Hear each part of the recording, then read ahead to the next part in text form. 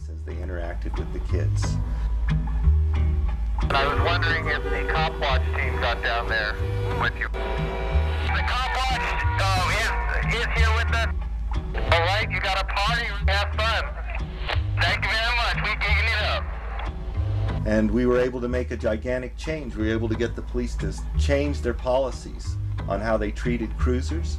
And I think the year before we started, there'd been over 3,000 tickets issued and over 200 arrests. The second year we were out there monitoring, we got it down to 15 citations and no arrests.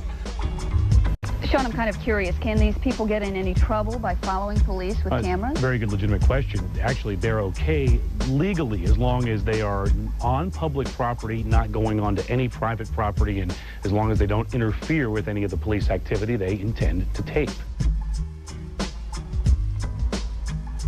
The laughable part about this is that you think that we don't want you to come out. Step away, okay? You don't have any choices. You need to back up. I'm Lieutenant Stone, the watch commander. If I'm doing what I'm doing, I don't care that you're there. You're perfectly able and capable of watching from afar. I'm asking you to step back! It's an officer safety issue. The safety zone, which is safe distance. Safety situation. Okay, and you're not trying to restrict my ability to observe at all. Just need you to do it from where we're safe. You go ahead, you're safe. You're all right. Hey, excuse me. What's the problem? Here or whatnot, don't photograph in that way. Why? Why? Because it's a crime scene and you're not entitled to. How's that? I can't film it? Are you saying that I cannot film it? Or what are you saying? Just explain yourself. I'm just saying, stay out of the area right now. You can go back on that side of the street. Wherever you want to shoot from there is fine. We have the right to observe. That right comes from the Constitution. Our right to free assembly, our right to free speech. We're allowed to be on a public sidewalk unless there's a specific reason that the police have for closing that sidewalk. You're gonna go to jail in 1 minute.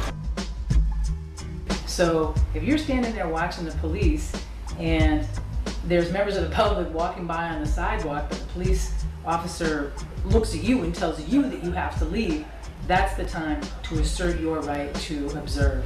And that is constitutionally protected activity. I'm sorry? It's all good, officer. No, sir, it's not. If you can stand right behind that line as I've asked you. Yes. Thank you. Over the years, police officers who initially were resistant to us, who initially had some suspicion or hostility towards us, now it's pretty much standard that when they see a cop watcher with a clipboard and a pen, they will offer their badge number to us because they have come to expect that that's what we're going to ask them for. Would you like my name and business card? Oh, if you'd like to give it to me, I'm just observing. It's my right. My badge number is on my badge, 90. 129. That's 28. My name is Sergeant Randolph Files. The officers aren't going to lie about their names. I'm John Doe. You're actually a police officer. Whether you're a victim of police misconduct or you simply witness it, officers are required to be identified by either a nameplate or a badge number. Remember, these are not secret police. These are public servants. Here in Denver, there's a departmental regulation that requires police officers to give you a business card that has their name and badge number on it.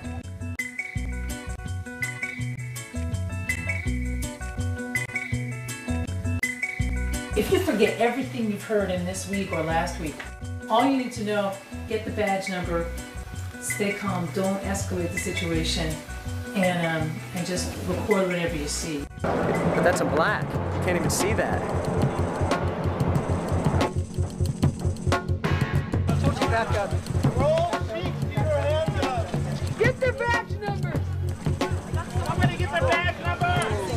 Go get that, go get that.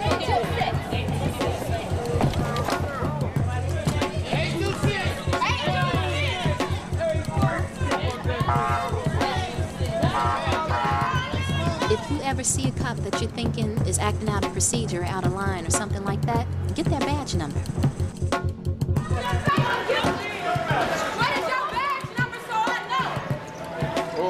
Hey, when you guys grab my bike? Keep it. My man's number will be on his arrest slip. What I'm asking you, what is it? You don't know.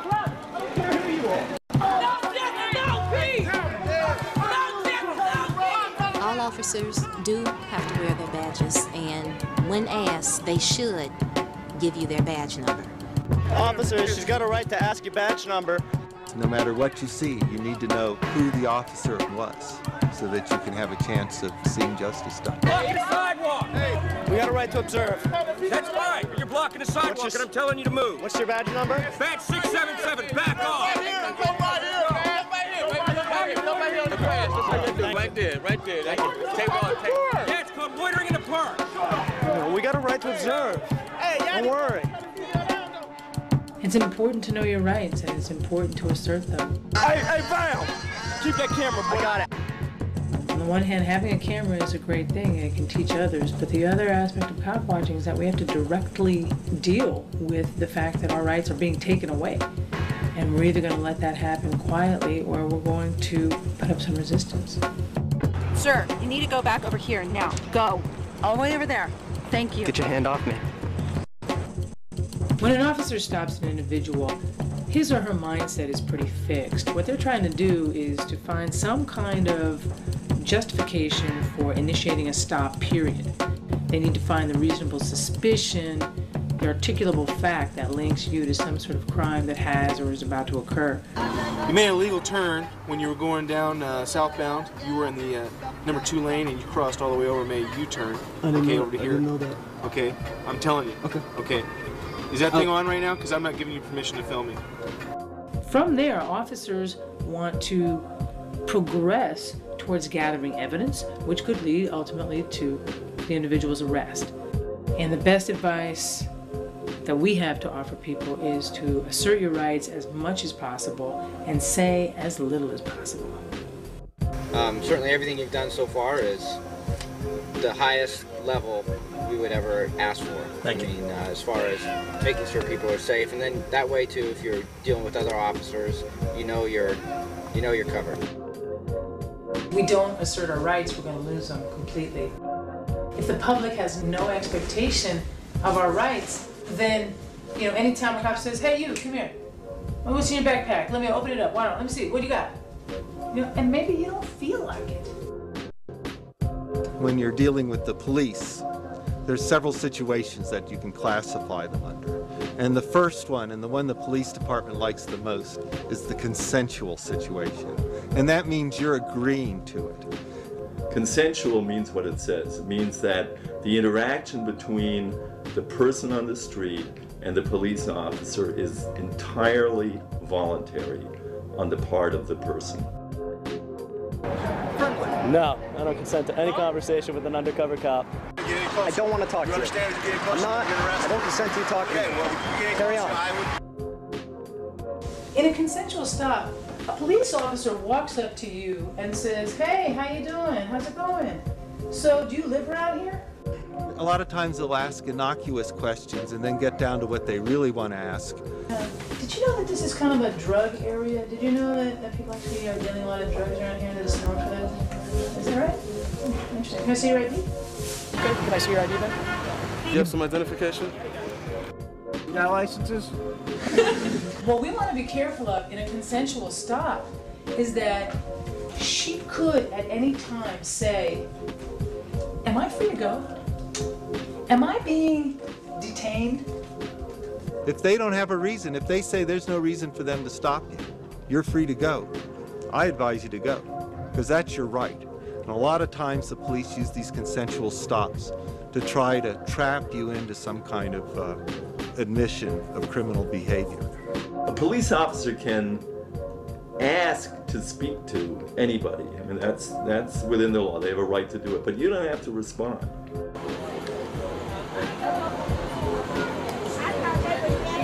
Are you filming the drug dealers too? I don't consent to this conversation, officer. Police often will go to great lengths to hide the fact that they don't have a lawful basis for ordering you to stop. Asserting your rights, it's almost like turning on a switch. You have to assert your rights. Your silence is basically consent. You've seen the bumper stickers, right? Silence is consent. Especially true when you're accosted by a police officer. Because you gotta understand, when a cop comes up to you and asks you questions, you're voluntarily participating in their investigation. You know, that's why there's no reason for you to answer those questions. If you don't agree to the stop, you need to say something. If the cops don't let you go at that point, you're being detained. The officer has to have a reasonable suspicion to believe that a crime has been or is about to occur, and that there is something linking you to that. Can't be just, well, we heard some guy like you was walking around here doing stuff that was suspicious. It's got to be substantive. So you should ask the police officer, why am I being detained? There's no loitering at liquor stores. Well, what? Well, I ain't got no traffic violation. Man, don't hurt my arm. Say, officer, what penal code section has been violated? You know, what, like, free mom. And then go like this. Well, let's go get it together. If you're being detained by a police officer, you don't have to answer the questions of the police officer. The officer asks for your ID. You should give them ID if you have it, but you don't have to answer any more questions. Where are you staying here? That's not important. I'm staying with friends. Hang on just a second for me, all right? Do you guys want this filmed? Yeah. All right. Stay back. Step back. Never consent to a search, never consent to any search at all.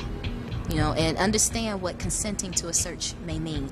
For instance, in a detention, there's going to be a pat search for officer safety reasons. What that means is that if an officer has to spend time discussing with you and investigating you, that the court and law feels that it's okay for them to do a search of the exterior of your clothing. But that's supposed to be an outside the clothes general search that's supposed to allow the officer to know that you're not carrying a weapon. He's not supposed to put his hands in your pockets. He's not supposed to put his hands in your backpack. If that happens, don't resist physically, but repeat again that you're not agreeing to this search. Now, they can handcuff you and hold you for a period of time during a detention, because that's supposed to give the officers an opportunity to do a mini investigation to see if they can substantiate the reasonable suspicion. It's not supposed to be an opportunity for them to search you or harass you or find out who all your relatives are and where they live. If they try that, the best thing to do is to stop talking. A lot of times an officer will stop an individual, and what's important for us all to know is that we don't have to give our consent to a search. You know I don't got any weapons. I don't know that. I don't know you. The officer's job is to try to gather as much evidence as he or she possibly can to use against you. I'm not giving you permission to be doing this to me. You understand? Excuse me, could you tell me why you're searching this? Thank you. Thank you. Oftentimes, their best source of evidence is us. And if we just learn to remain silent and just only give officers the information that they have to have, I think we'll all fare better. Sir. Hello. You have a right not to answer their questions. You have the right to remain silent. You may not be moved from the general area where you are as part of a detention. If you're placed in a police car and driven to a police station, you're in custody. You are not being detained. That has become an arrest.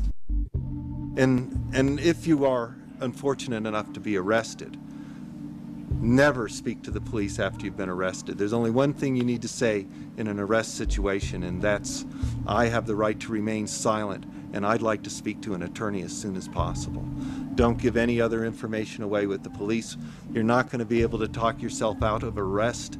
You might have been able to do it during the detention, which is questionable in my opinion, but once you're arrested, your best bet is to rely on your constitutional protections. You know, they go on what we call fishing expeditions. You know, that's what this whole racial profiling thing is about.